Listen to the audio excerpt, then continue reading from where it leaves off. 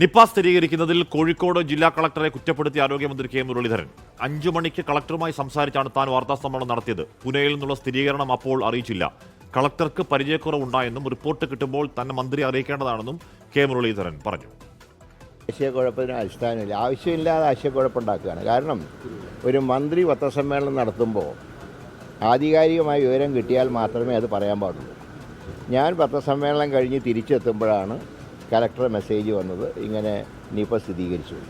അതിലൊരു ഗ്യാപ്പ് വന്നു. പിന്നെ കലക്ടർക്ക് പുതിയ കലക്ടറാണ്, അതുകൊണ്ട് തന്നെ ഇത് മന്ത്രിയെ അറിയിച്ചിട്ട് വേണം അത് പുറത്ത് പറയാമെന്നുള്ളത് അവർ ഓർത്തില്ല. അപ്പോൾ അതിൽ എന്താ പറയേണ്ട, എനിക്ക് പത്രസമ്മേളനം നടക്കുന്ന സമയത്ത് നിപ സ്ഥിരീകരിച്ചിട്ടില്ല, അവിടുന്ന് റിസൾട്ട് വന്നിട്ടില്ല. റിസൾട്ട് വന്നാലേ എനിക്ക് പറയാൻ പറ്റും. എനിക്ക് മെസ്സേജ് കിട്ടുന്ന 6 മണിക്കാണ്. 6 മണിക്ക് കിട്ടിയാൽ എനിക്ക് 5:30 പത്രസമ്മേളനത്തിന് പറയാൻ പറ്റുമോ? ഇത് നിപ സ്ഥിരീകരിച്ചു എന്ന് എന്തടിസ്ഥാനത്തിലാണ് ഞാൻ പറയുക?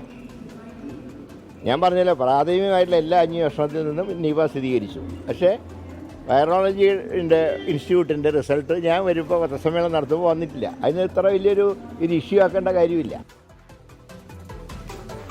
അപ്പോൾ വന്ന സമയത്ത് കളക്ടർ കൃത്യസമയത്ത് അറിയിച്ചില്ല എന്നുള്ളതാണ് കെ മുരളീധരൻ്റെ പരാതി. അതൊരു പക്ഷേ കളക്ടറുടെ പരിചയക്കുറവായത് ഉള്ളത് കാരണമാകാം എന്നുകൂടി മന്ത്രി പറയുന്നുണ്ട്.